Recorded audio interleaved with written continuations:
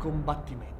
Perché questo? Perché in questo nostro percorso abbiamo visto un sacco di tecniche. Immaginiamoci dei mattoncini del Lego, ok? Abbiamo un sacco di mattoncini e adesso abbiamo la possibilità di dare forma alla nostra meravigliosa costruzione di combattimento. Considera che tutti i mattoncini che tu hai a disposizione sono tutte le tecniche di attacco e di difesa che abbiamo visto all'interno di questo corso. Però non ci limitiamo soltanto a questo, il combattimento ha delle dinamiche che non possiamo adesso prevedere insieme, ma posso darti 4 grandi suggerimenti che in realtà aprono 4 gigantesche strade che poi sarà bello che tu intraprenderai anche da solo. Nel senso che il primo suggerimento che ti do è: costruisci tu da solo le tue combo. A seconda delle tue attitudini, delle tue caratteristiche fisiche, del tuo approccio al combattimento, che piano piano capirai quale davvero è, potrai costruire le tue personalissime combinazioni di attacchi che andranno a rendere il tuo combattimento inedito e unico. Ne abbiamo già viste alcune, no? Le famose legature. Abbiamo visto insieme le sequenze di attacco e di difesa che dobbiamo applicare per legare correttamente insieme determinati attacchi e determinate difese. Inoltre, nella sezione esercizi ce ne sono tanti altri di suggerimenti, ma quello che ti suggerisco adesso è quello di costruire tu, per le tue caratteristiche personali, le tue sequenze di combattimento.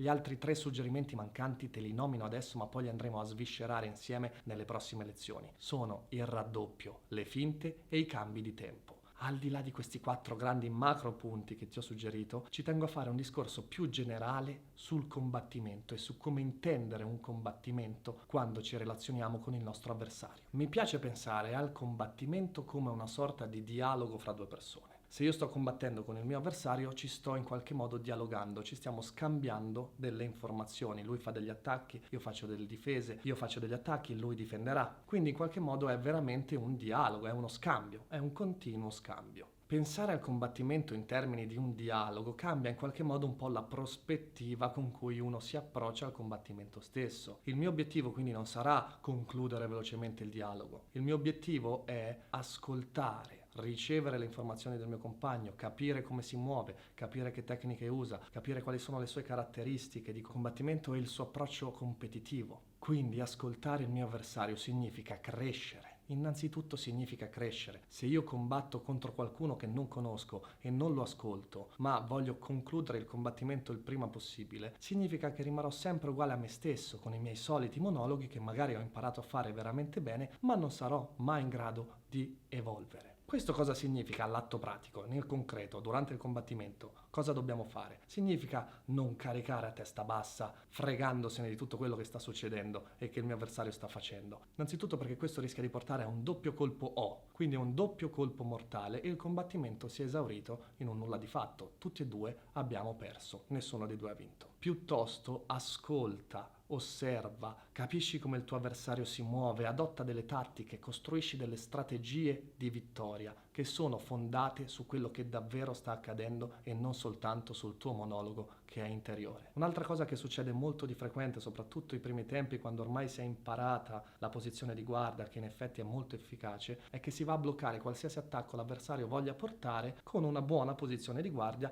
toccando sull'elsa o le mani del nostro avversario che sta portando il suo attacco.